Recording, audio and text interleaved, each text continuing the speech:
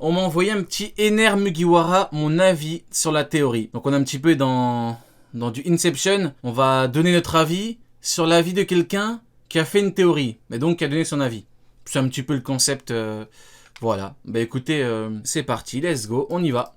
Il y a presque un an, une vidéo dans laquelle je parlais du retour d'Ener. Mais si la première fois je n'ai parlé que de son retour Et pour ceux qui me demandent pour le live action, hier j'ai fait la react du trailer. Écoutez, moi je suis hype over 9000 et j'ai hâte de voir la première saison. En tout cas, de ce que j'ai vu, c'est archi propre et j'aime énormément. Pas de grosses déceptions dans le truc. Donc globalement, très heureux du projet. Après vous connaissez...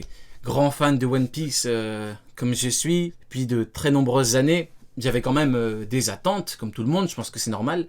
Et pour l'instant, je suis plutôt ravi, je suis plutôt comblé, je suis heureux. En tant que fan de One Piece, je suis heureux. Et d'ailleurs, après on passe à la vidéo, mais je considère que c'est extrêmement compliqué d'adapter un manga comme One Piece, hein, avec, vous voyez, enfin, au bout d'un moment, rien qu'Ener, quoi. Ener, t'as un mec avec un gros truc derrière, un mec...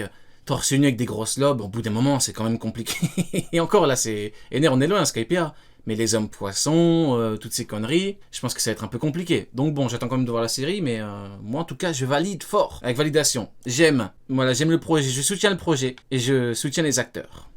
Pourquoi je pense qu'il n'est pas utile de le faire revenir dans l'histoire principale, il y a malgré tout une autre théorie qui perdure et qui fait énormément parler. Une théorie qui dit qu'en plus de revenir sur Terre, Ener rejoindrait les Mugiwara et aiderait Luffy dans sa quête du One Piece. Théorie qui date, hein, d'il y a très longtemps. Deux théories s'opposent. Cette théorie, Ener Mugiwara, et la mienne. Ener qui va se rapprocher de l'équipage des... Comment on appelle ça, l'équipage de Barbe Noire? L'équipage des Salles. On dit les Mugiwara. Il n'y a pas de nom en fait, faudrait en trouver un. Des méchants, des Grinch, c'est eux les Grinch, voilà l'équipage des Grinch, je vais les appeler comme ça maintenant. Et du coup moi qui dis que Ener peut rejoindre ou être lié à l'équipage des Grinch. On verra quand même les arguments au niveau de Ener Mugiwara, ça peut être pas mal. Non, pas l'équipage des déchets quand même, il y a Shiryu dedans. C'est une idée qui revient très souvent dans les commentaires de mes vidéos quand je parle de l'antagoniste de Skypiea et de son retour, et que j'avoue... Honnêtement, très honnêtement, vous préférez Ener Mugiwara ou Ener chez les Grinch? Ne pas vraiment en comprendre la raison, et je vais vous expliquer ici pourquoi. Comme d'hab, hein, Magellan, ceux qui sont pas d'accord, dictature, tu les bannes. Hein. Ceux qui disent Mugiwara, ça dégage. Hein. Un mec qui détruit des pays entiers chez les Mugiwara, hop, ça jarte. Donc n'hésite pas, Magellan, carte blanche, tu les dégages tous. Quoi? Je rigole, bien évidemment. Je pense que Ener dans l'équipage de Luffy est une idée que je trouve un peu absurde. Un petit peu absurde. Ah, il va dire les termes. Ce vidéaste va dire les termes. Bien sûr, dans cette partie, Big up Ansei, oui, c'est normal, Ansei, il est très tard, mais c'est normal, big up. je vais vous donner mon avis sur la théorie, et uniquement sur la théorie. Mon but n'est pas d'insulter qui que ce soit, et je vous demanderai d'être bien sûr tout aussi respectueux dans les commentaires. C'est grave quand même, hein, aujourd'hui on est obligé de préciser qu'on n'a pas envie d'être malveillant volontairement, ou d'être méchant, ou d'insulter. C'est fou quand même, hein. Pour ne vexer personne, on est obligé de dire je suis pas d'accord, mais je vais pas... Ne t'inquiète pas, je ne vais pas te chier dessus. C'est une dinguerie quand même, hein. C'est... Par contre, le OST qu'il a choisi me termine. On dirait que Zebek va revenir, là. Écoutez, on dirait que Zebek, il est revenu là tuer Shanks. Écoutez. D'insulter qui que ce soit, et je vous demanderai d'être bien sûr tout aussi respectueux dans les commentaires. Incroyable. Le retour de Xebek.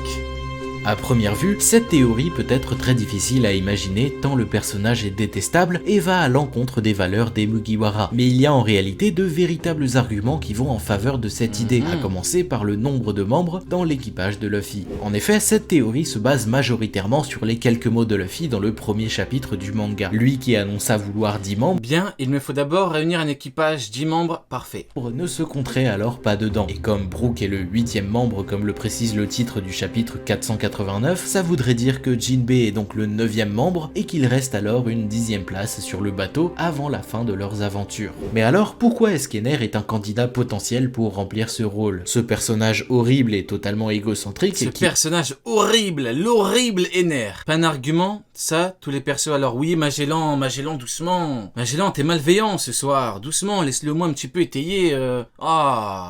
Ces éléments, Magellan, quelle méchanceté. Après, t'as pas tort, hein, mais... tué et fait du mal à... C'est lui qui a dit que la théorie se base exclusivement sur ça, c'est vrai que c'est une dinguerie quand même.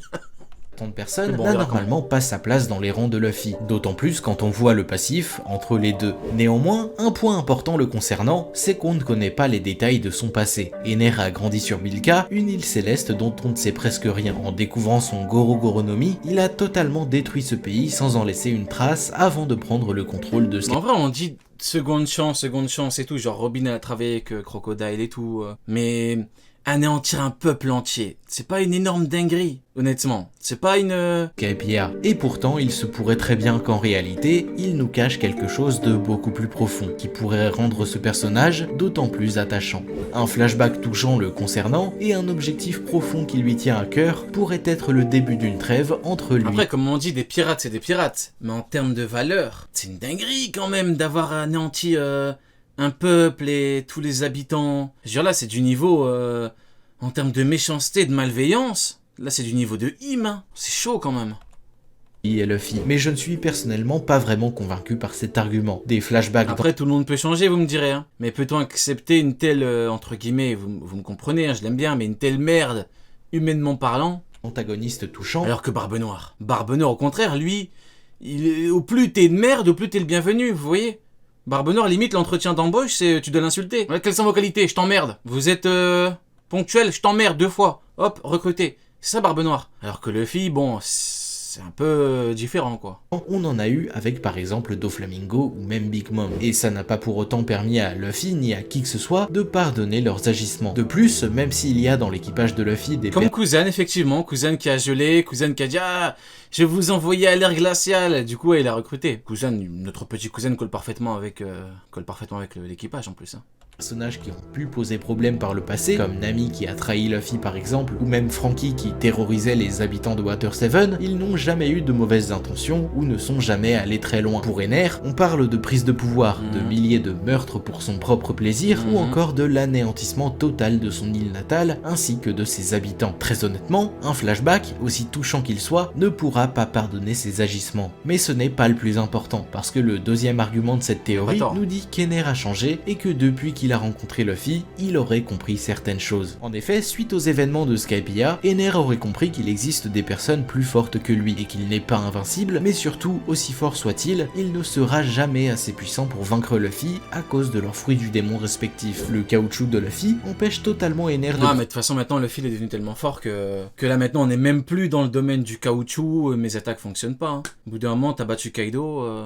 prendre le dessus lors d'un affrontement, peu importe les circonstances. En comprenant ça, est-il... En vrai, l'argument, il était bien à l'époque. Il s'est rendu compte que dans tous les cas, il pourrait rien faire Luffy. Mais bon, là, en vrai, vu le niveau qu'il atteint, Luffy, c'est une dinguerie quand même. Hein.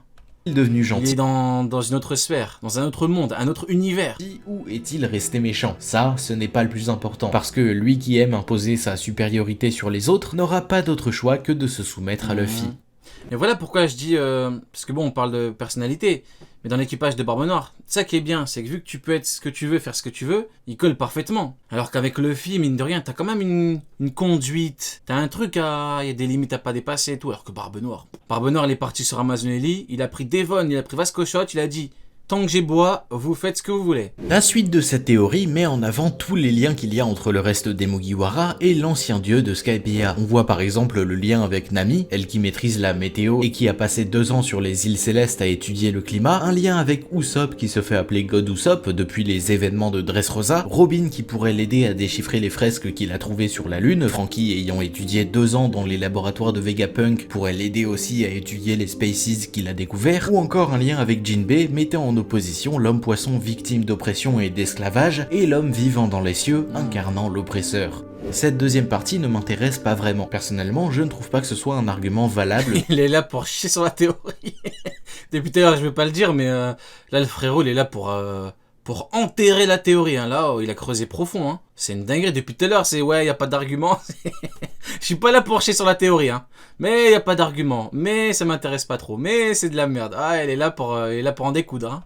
de chercher des liens avec les Mugiwara. Chacun des membres de l'équipage n'ont aucun lien similaire entre eux, si ce n'est les valeurs qu'ils partagent et la volonté de réaliser leurs rêves et d'aider Luffy à réaliser le sien. Mettre en avant des combos d'attaque avec Jinbei qui maîtrise l'eau, conducteur d'électricité ou avec l'aide des connaissances météorologiques de Nami n'est pas vraiment très intéressant. À part sur Thriller Bark face à Oz ou dans quelques rares scènes, on n'a jamais vraiment eu ce type de combat. Vouloir une rivalité comme celle de Zoro et Sanji en mélangeant oppresseur et opprimé n'est, je trouve, pas non plus très pertinent. Ah ok, donc l'argument ce serait que lui c'est un oppresseur, lui c'est un opprimé, t'es une opposition au foudre. Ouais, bon, certains diront que c'est un lien un petit peu forcé quoi, mais ouais.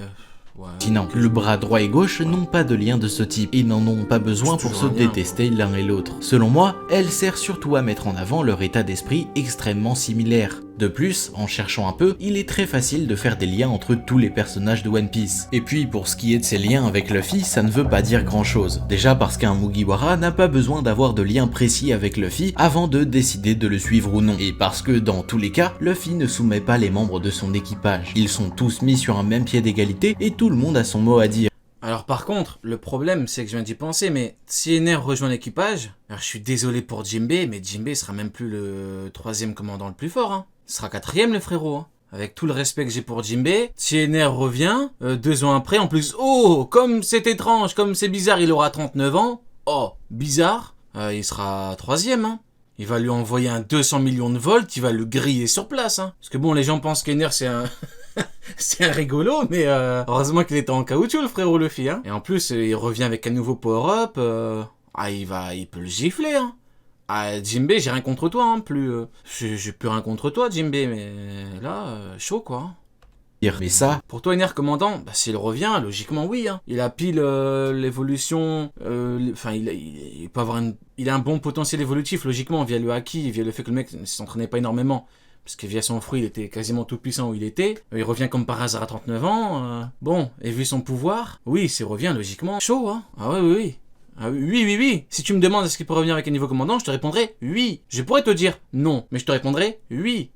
On en reparlera un peu plus tard. Parce qu'en vrai de vrai, si on est honnête 2 minutes, en termes de palmarès d'attaque, tu compares à Aokiji, en vrai de vrai. Il a quoi Aokiji comparé à Ener? En vrai de vrai, je compare pas les niveaux. En termes d'attaque, il a quoi? Ener, il a un dragon. Eltor. Vous voyez? Raigo. Forme Raijin. Il a quoi l'autre? Un oiseau en glace? Et il te gèle par surprise quand tu regardes à droite.